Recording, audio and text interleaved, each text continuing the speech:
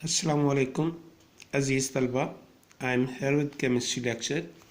Today we will start chapter number 5, Physical States of Matter.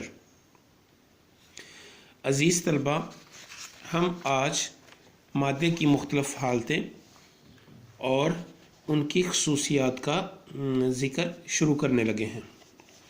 आज हम जिन सवालात को डिस्कस करेंगे वो ये हैं।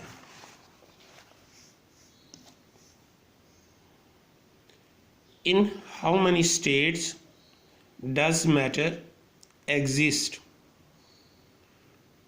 Why do gases occupy all available space? Define diffusion. इन सवालात को हम सॉल्व करेंगे।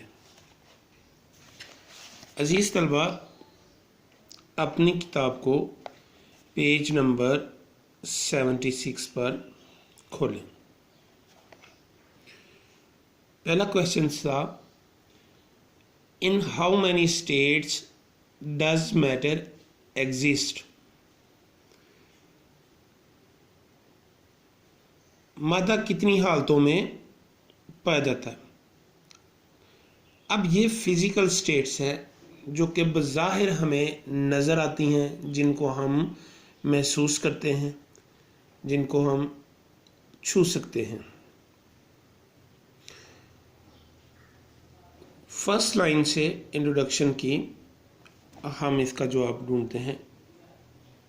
Matter exist in 3 physical states, that is gas, liquid and solid. यहाँ पर बताया गया है कि मैटर 3 हालतों में पाया जाता है, गैस, लिक्विड एंड सॉलिड। अजीज़ तलबा, जैसा कि आप जानते हैं कि फ़िज़िक्स में अब इतनी एडवांसमेंट हो चुकी है कि वहाँ पर मैटर की 4 हालतें कंसीडर की जाती हैं। The fourth one is plasma. लेकिन केमिस्ट्री में अभी जब भी बताया जाता है तो मैटर अपनी फिज़िकल स्टेट्स में 3 हालतों में ही गर्दाना जाता है, जिनको हम माया, गैस और ठोस कहते हैं।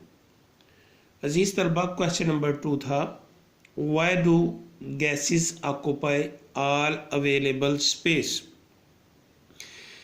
कि गैसेस अपने इर्द गिर्द मौजूद तमाम वॉल्यूम को, तमाम जगह को क्यों घेर लेती हैं?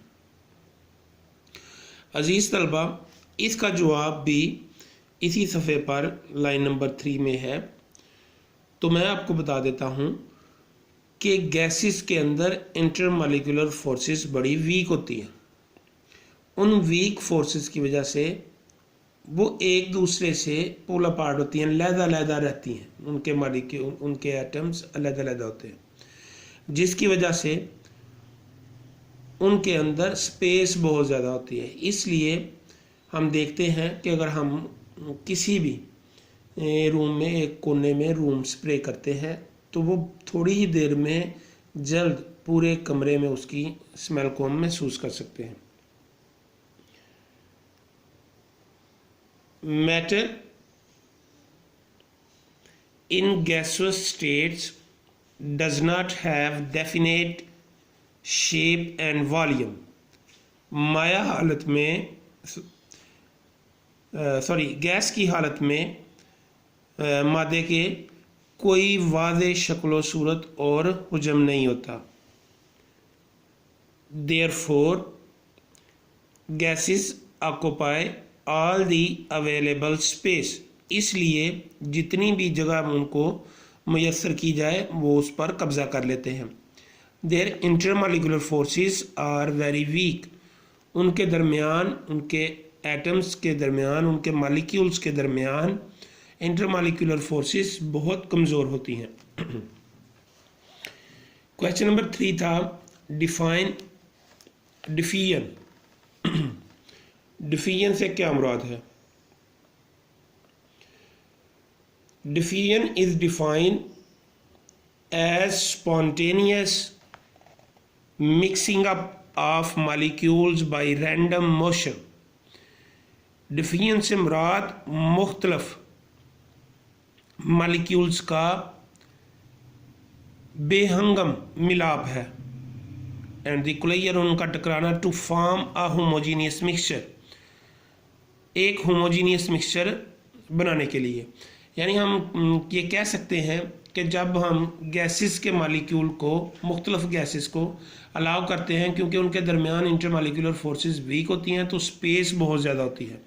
तो अजीज़ तलबा, वो तमाम जो मालिक्यूल्स हैं बेहंगम तरीके से एक दूसरे से मिलते हैं, जिसे हम डिफिजन कहते हैं। The rate of diffusion depends upon the molecular mass of the gases. यानी डिफिजन का ज़्यादातर इन्हिसार मालिक्यूल के वज़न पर होता है। Lighter gases diffuse rapidly than the heavier ones. हल्की गैसें, क्योंकि उनका मास कम होता है, इसलिए वो तेज़ी से मूव करती हैं।